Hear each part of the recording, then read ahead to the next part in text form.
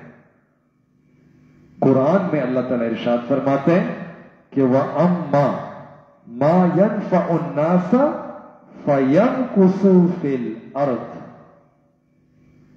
کہ جو لوگوں کو نفع پہنچاتا ہے، ان کی خدمت کرتا ہے، اللہ تعالیٰ اس کی قدموں کو زمین پہ جما کے رکھ دیتا ہے۔ کیا معنی؟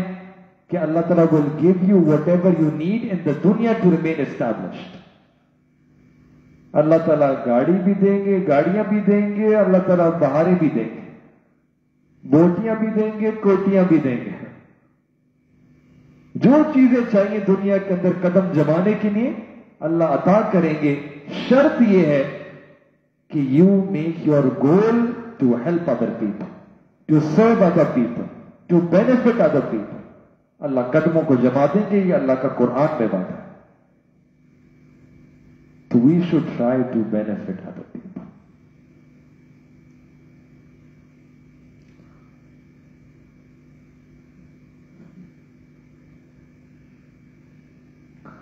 بہت پہلے ہمارے حضرت جی نے ایک اپنا واقعہ سنایا تھا بچپن کا۔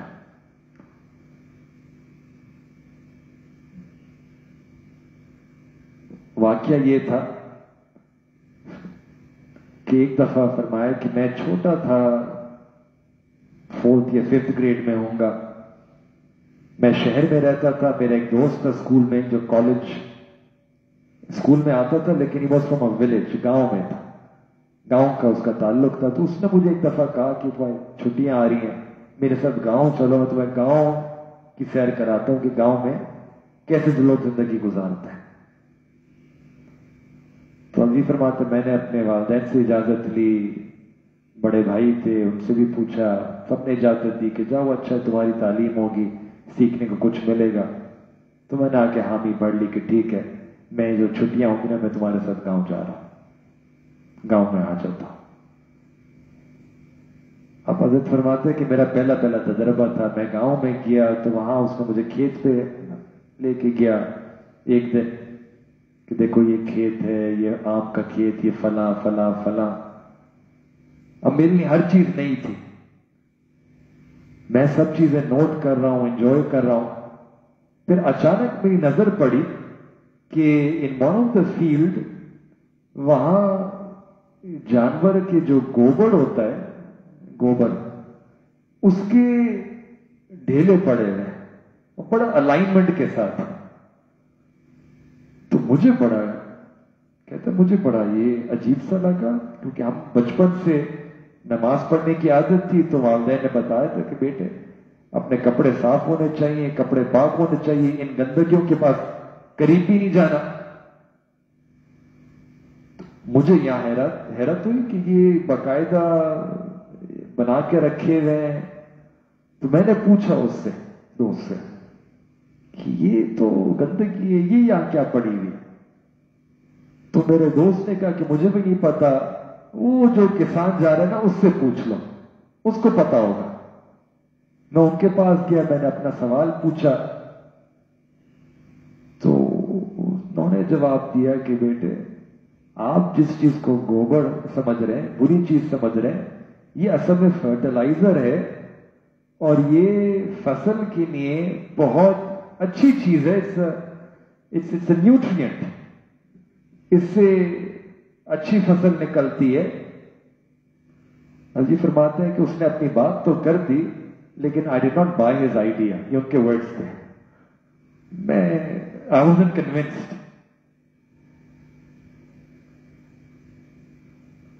لیکن کہتے ہیں اب میں اس واقعے کی طرف سوچتا ہوں تو مجھے خیال آتا ہے کہ واقعی کہ وہ جو گوبر ہے، گوبر راہ ہے یا راہ ہے؟ راہ ہے